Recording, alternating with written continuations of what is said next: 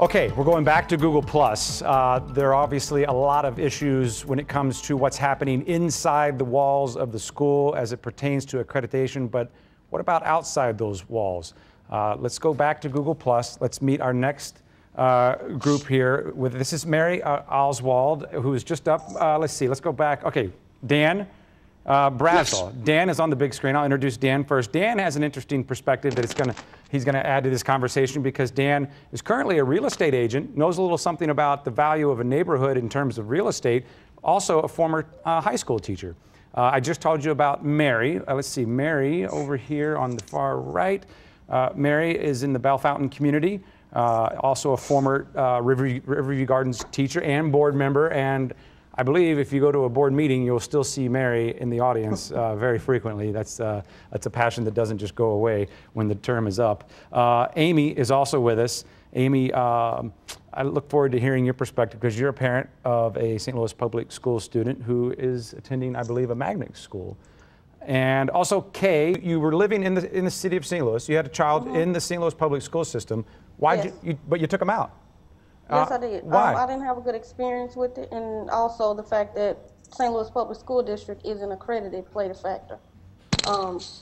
It just has negative stigma around it. So I want what's best for my child, so I decided to send him to Rockwood School District. Dan, she wanted what's best for her child. Have you heard that story? Does that sound familiar at all? It does. Pretty much if I help younger generations of people move into the city. They kind of want a vibrant area, so they move into the city. And then a few years later, when they start to have 1 or 2 kids, they're going to look to then move out to a better school district. So it's going to be somewhere out in the county. It could be Afton, it could be Crestwood, Kirkwood, Webster Groves. So yeah, I've heard that a lot. So I'll help someone buy a home, and then a couple years later, after they have 1 or 2 children, then they'll then look to then move out of the city, basically for a better school district. Amy, were you on that path? Was that your plan before your child was of school age? Yes, that actually was the original plan when we first bought our house 15 years ago. It was a starter house, and we were going to be, moving in 3 to 5 years. And then, lo and behold, we found a school that we were happy with, and really liked the parent community that we found there, and decided to stay. And then when my next son came along and he didn't get into that same school, and we actually found another school community that we were very happy with, and we've stayed. And now I have 3 children in 3 different schools in St. Louis Public Schools, and I can't speak highly enough of all of them. And can I ask, are they all in magnet schools? They are. Would you be in the city if they weren't? Probably not. Mary, have you seen your community change as the school district lost its accreditation? It hasn't helped people who are my age, who are maybe looking to downsize or to move to something smaller. Just try and sell your property is a very difficult situation.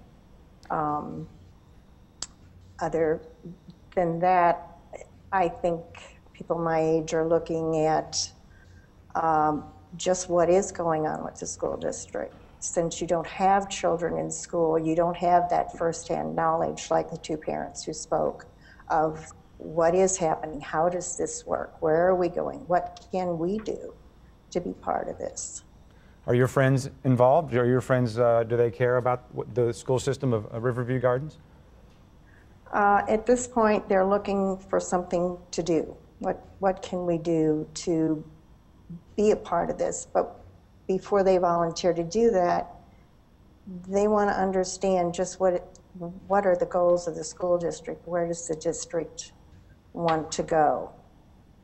I don't know, Dan, I'll bring you in, and anybody else jump in on this. Is there a better way to assess how our schools are doing? Can you do that without turning people away, without giving it kind of a black mark on its record? Dan, I don't know. You're, as a former teacher, is the way we do this? Is this a good way to test our schools, to keep them accountable? I think accreditation is the first step in a long series of what needs to happen for confidence to be regained in the schools. I do like the system of charter and magnet schools, but I don't think just that alternative, it's not a solution to the current problem. So really there's a lot of other factors, and then me speaking as more of a former teacher than a real estate agent involved in, where St. Louis Public Schools is listed and kind of basically how they're held accountable, as well as kind of their track record thus far.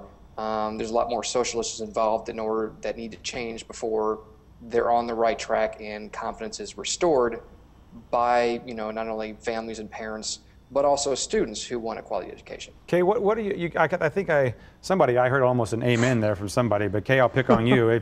What would it have taken to keep your child in SLPS? What as a parent, what are you looking for? I feel like it was a lot of different factors that played a role in why I transferred him. Yeah. I felt like the teachers had low expectations of the students, so my son wasn't really being challenged and reaching his full potential.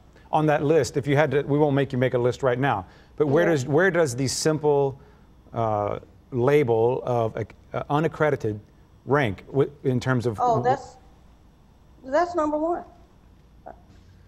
That's number one ranking. Amy, same question to you. I mean, you're happy with your experience, but what makes you happy? Why are you satisfied with the education your kids are getting? I am, and my kids I have a middle schooler and 2 elementary school kids, and the accreditation issue has really been less of a problem for us. My children, the vast majority of their experience has been with high quality, committed educators that are professional enough to not let some of the dysfunction that's happening higher up the ranks filter down to the students. So I feel like it was a leap of faith to overcome the stigma and the reputation that St. Louis Public Schools has in general. But again, I feel like it goes to the larger issue of the sustainability of our city, that unless we start investing and taking some ownership in these schools, that's a huge sustainability problem for the vitality of our city. Not just.